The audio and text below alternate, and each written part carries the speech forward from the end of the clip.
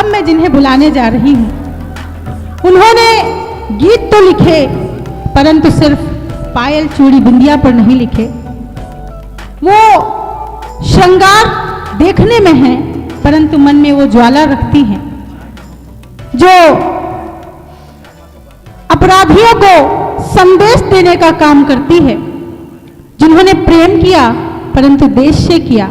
ऐसी कवयित्री शिखा सिंह जी जो हमारे बीच कानपुर से हैं, जिनको ऊर्जिता कहते हैं, और ऊर्जिता का मतलब तो भाई साहब आप जानते ही हैं। मैं आपके सम्मान में पंक्तियां पढ़ती हूं, सुनिएगा कि कभी सैनिकों की कुर्बानी, कभी सैनिकों की कुर्बानी, कभी देश का मान लिखा, कभी तिरंगे पर मिटने वालों के प्रति सम्मान लिखा। और इसने सिर्फ चूड़ियां मेहंदी और महावर नहीं लिखा, इसने सिर्फ चूड़ियां मेहंदी और महावर नहीं लिखा, कलम उठी तो झांसी वाली रानी का बलिदान लिखा, कलम उठी तो झांसी वाली रानी का बलिदान लिखा।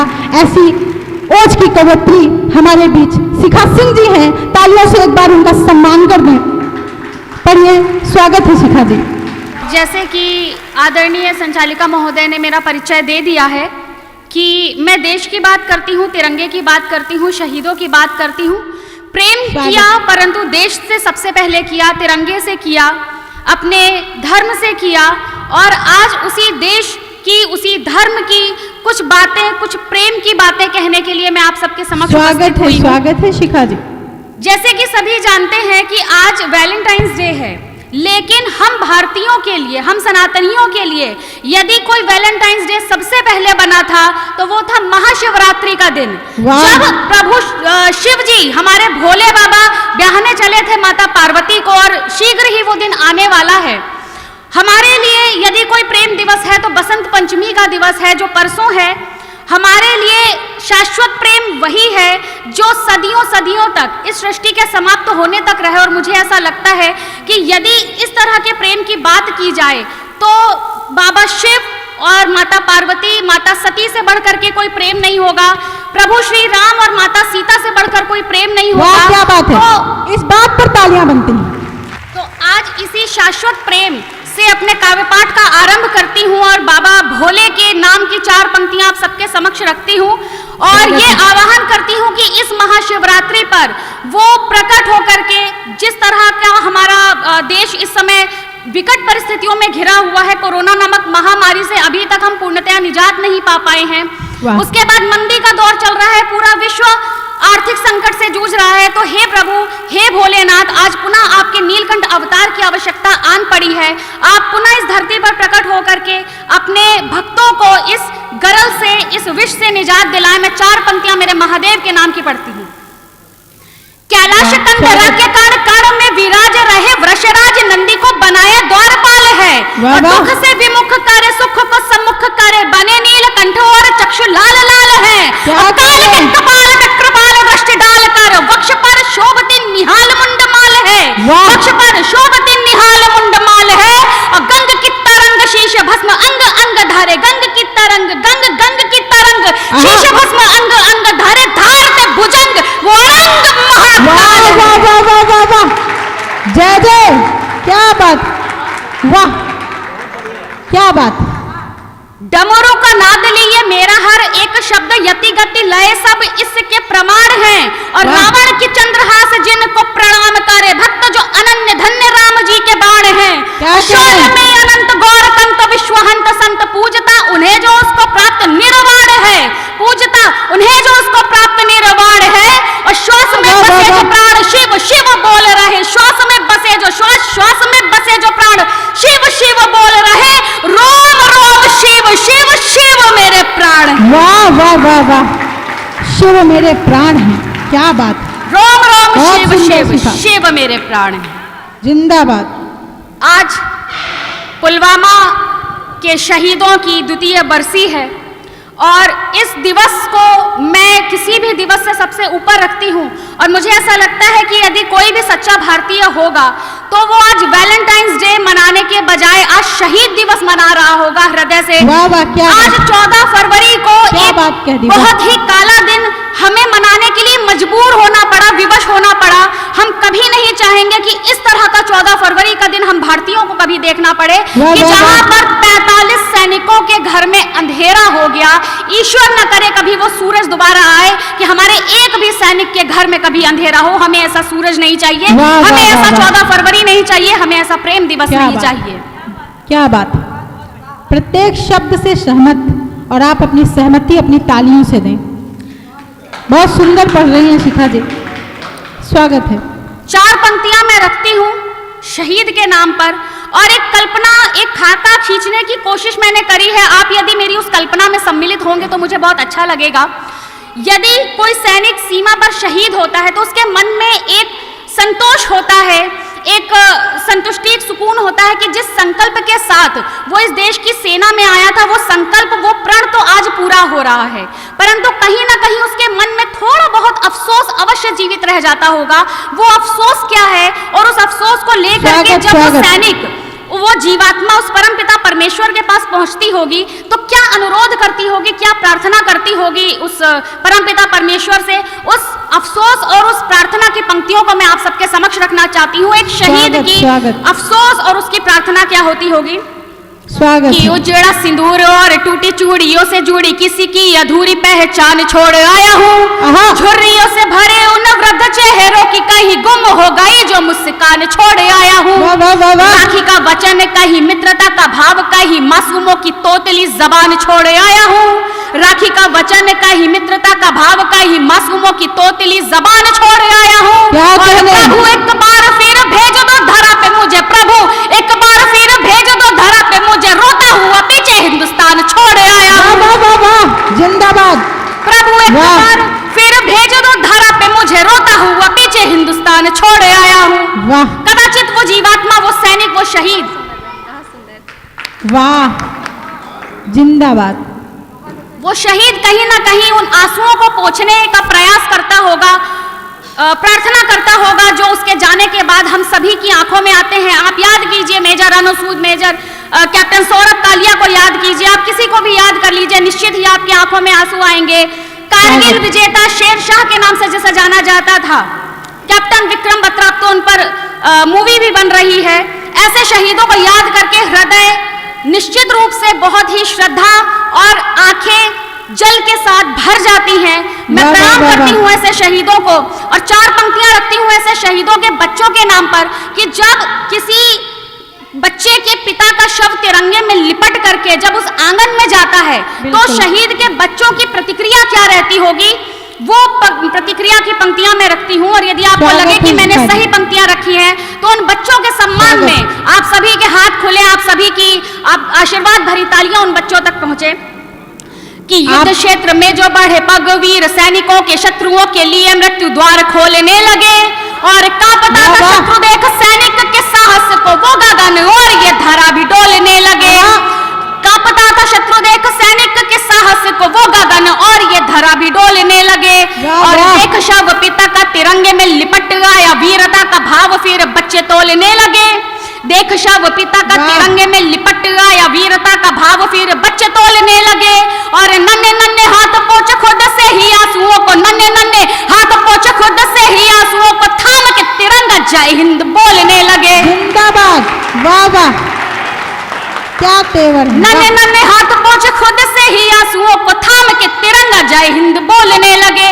वाह वाह। और हम उस परंपरा के वाहक हैं जहां पर एक सैनिक की जो पत्नी होती है, मैं विधवा बिल्कुल भी नहीं कहूंगी, जैसे कि आदरणीय प्रधानमंत्री जी ने उन्हें एक शब्द दिया था वीर वधू, मैं उस वीर वधू की बात करती हूँ। वीर वधू जब लेकर के जाती है अपने 6 दिन की बच्ची को लेकर के अपने शहीद पति को श्रद्धांजलि देने जाती है, वो दृश्य आप सभी ने देखा होगा।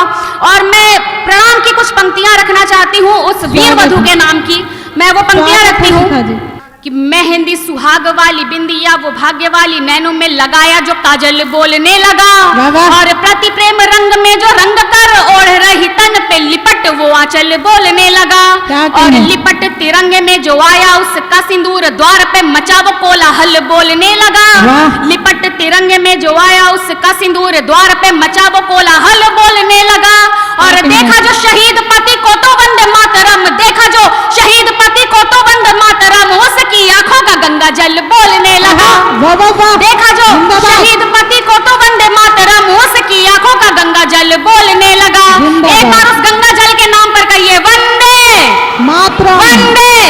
मातरम। बहुत बहुत आभार। बहुत बढ़िया।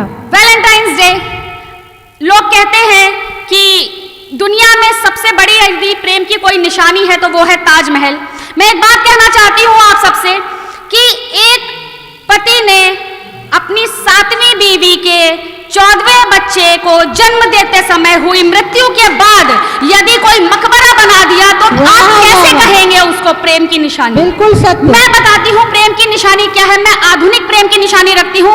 आधुनिक प्रेम की निशानी वो है जब 30 साल तक एक जुझारू, एक जिसको लोगों ने सनकी कह दिया था, पागल कह दिया था, उस दशरथ मांझी ने एक हथौड़ी और एक छेनी के साथ पर्वतों का सीना चीर करके रास्ता बना दिया था। वाह, बहुत सुंदर। और वो केवल इसलिए किया था क्योंकि उसकी गर्भवती पत्नी अपनी गर्भावस्था में सही समय पर अस्पताल न पहुंच पाने के कारण रास्ते में ही उसका देहांत हो गया। उसकी उस पागलपन ने, उसके जुनून ने पहाड़ों को भी रास्ता देने के लिए विवश कर दिया। वो होता है प्रेम। प्रेम वो होता है कि जब प्रभु श्री राम ने माता सीता को पाने के लिए 5 दिन में इतने बड़े सेतु पर पुल बना दिया था, एक ऐसे ही उनके साथ जाति जुड़ गए, भील जुड़ गए, रीछ जुड़ गए, वानर जुड़ गए, सब लोग उनके साथ जुड़ गए। यदि प्रभु श्री राम चाहते तो जिस जिस जगह से वो निकले थे, क्या वहां के राजाओं को पता नहीं था कि अवध नरेश प्रभु श्री राम यहाँ से जा रहे हैं? वो प्रभु श्री राम जो भगवान विष्णु के 7वें अवतार है, क्या उन्हें पता नहीं चला था? मैं आज रामायण से 4 प्रेम की पंक्तियां ऐसी उठाती हूँ जो आपको सुनकर के लगेगा कि वाकई इससे बढ़ करके प्रेम यदि कोई कर सकता है तो वो पुनः प्रभु श्री राम ही कर सकते हैं। उनसे बढ़ करके अनन्य प्रेम कोई और नहीं कर सकता। मैं 4 पंक्तियां ऐसी उठाती हूँ, अद्भुत उदाहरण रामायण से कि माता सीता के प्रति उनका कितना अगाध प्रेम था। प्रभु श्री राम माता सीता के प्रेम की 4 पंक्तियां मैं रखती हूँ। स्वागत है शिखा जी। कि भेंट में विवाह की जो दिया सिया को प्रभु ने, एक पत्नी व्रत का विधान देख लीजिए। और जानकी के पग शूल चुभे राम ने निकाले, पुष्प वल्लरी से बड़ मान देख लीजिए। अतीत के पुनीत मन मीत साक्ष्य हेतु राम सेतु वो महान देख लीजिए। हेतु राम सेतु वो महान देख लीजिए।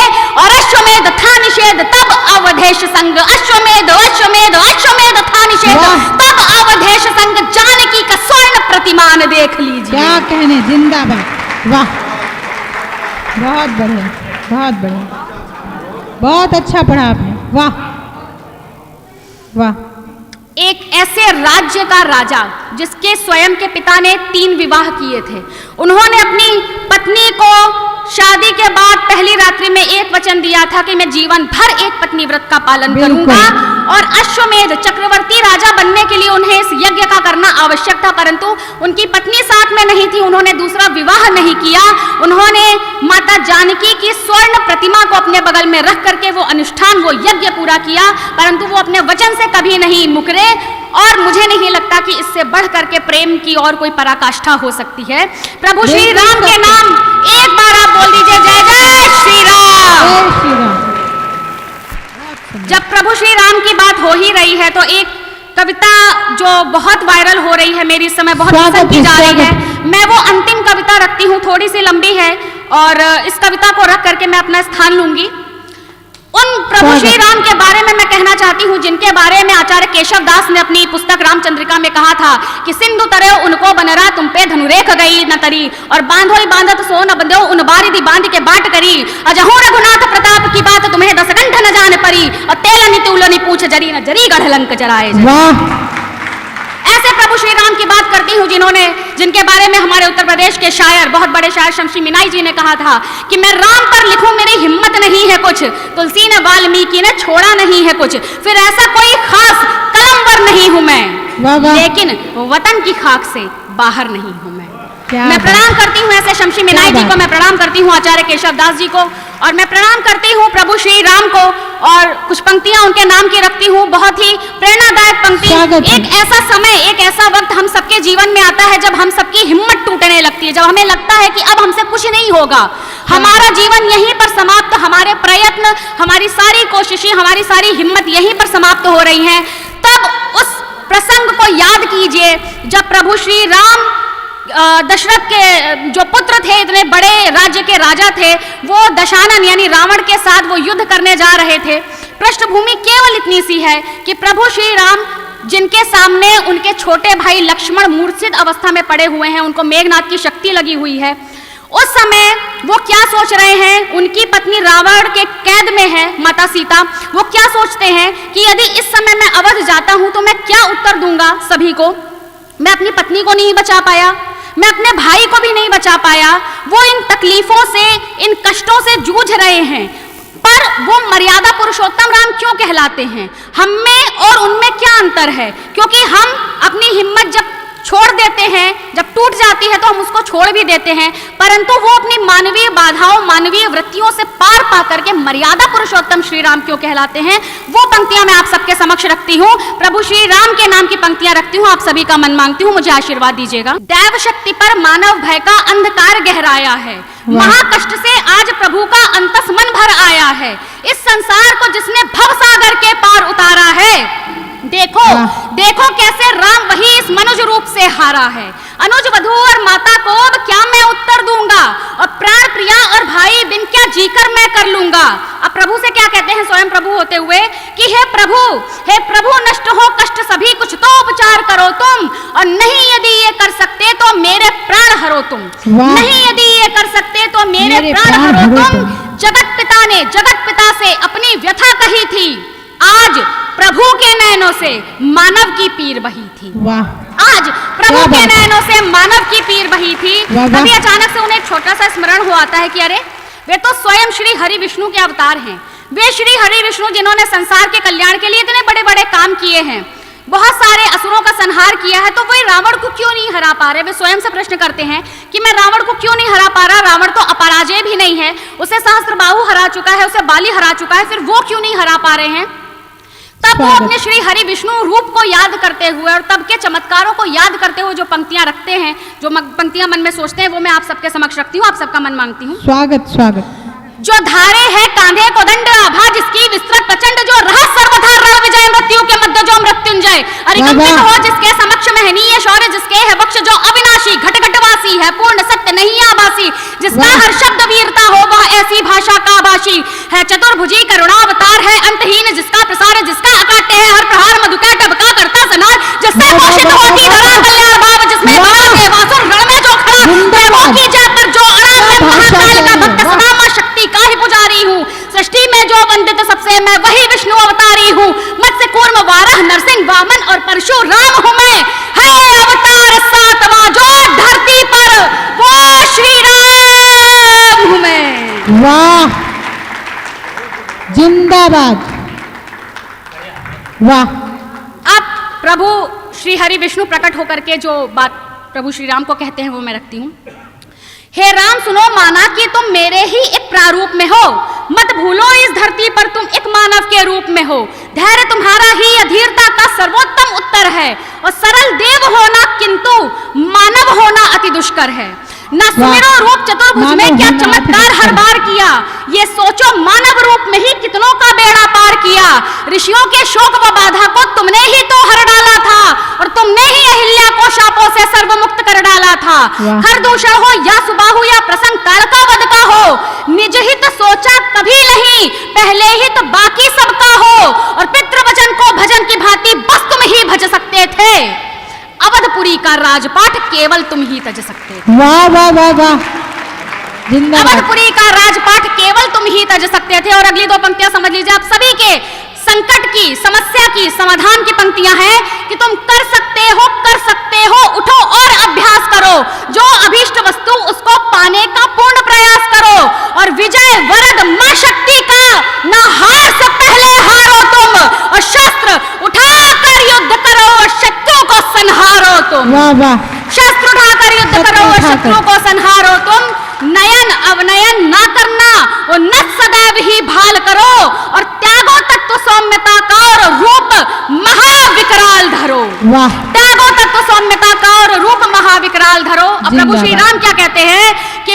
मनोज राम के हृदय का संशय तक्षण वही समाप्त हुआ, जब चक्र सुदर्शन का तेजस कोदंड धनुष को प्राप्त हुआ, जब तमसावृत भय पर मानस आभा आवृत हो जाती है, तब दृढ़ संकल्पित कुंडलिनी शक्ति जागृत हो जाती है, अंतस विप्लव हो गया शांत, तब धर्म ध्वजा फहराने को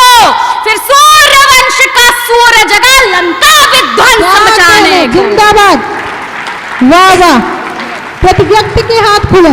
वाह, सूर्य वंश का सूर्य जला लंका विध्वंस मचाने को, श्रेष्ठ पति भाई बेटे का प्रतिपल ही प्रतिमान गढ़ा, और राघव के नेतृत्व कुशल से उनका जग में मान बढ़ा।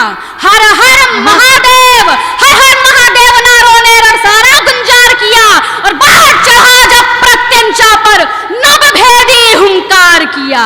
बाढ़ चढ़ा जब प्रत्यंचा पर नभभेदी हुंकार किया। राघव दल से दानव सेना तृणमयी होती जाती थी, और रावण की स्वर्णिम लंका भी मृणमयी होती जाती थी।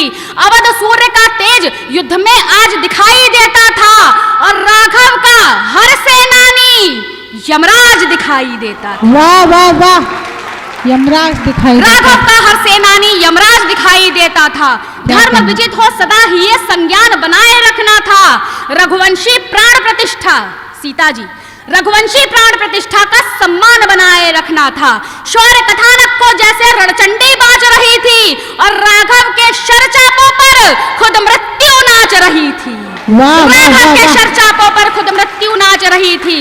सूर्य वंश हिमराज धर्म की खातिर अड़ा हुआ था, और दशानन अब राघव के सम्मुख खड़ा हुआ था, और दशानन अब राघव के सम्मुख खड़ा हुआ था। सावधान सावधान शत्रु कहकर एक दूजे को ललकारा था। अवश्य अंत ने किसी एक के उसको आज पुकारा था। इतिहास बना उसका जिसने अन्याय पर प्रतिघात किया। यही सोचकर इंद्र विभीषण ने राघव का साथ दिया। विभीषण ने कैसे साथ दिया आप सब जानते हैं। इंद्र ने कैसे साथ दिया था, अपना रथ, अपना सारथी मातली और अपने सारे अस्त्र शस्त्र राम की सहायता के लिए युद्ध क्षेत्र में भेज दिए थे। मैं पंक्तियां रखती हूँ कि इतिहास बना उसका जिसने अन्याय पर प्रतिघात किया। यही सोचकर इंद्र विभीषण ने राघव का साथ दिया, और लक्ष्य साध रावण की ग्रीवा पर राघव ने वार किया, और धड़ से शीश विच्छिन्न किया। ये उपक्रम बारंबार किया।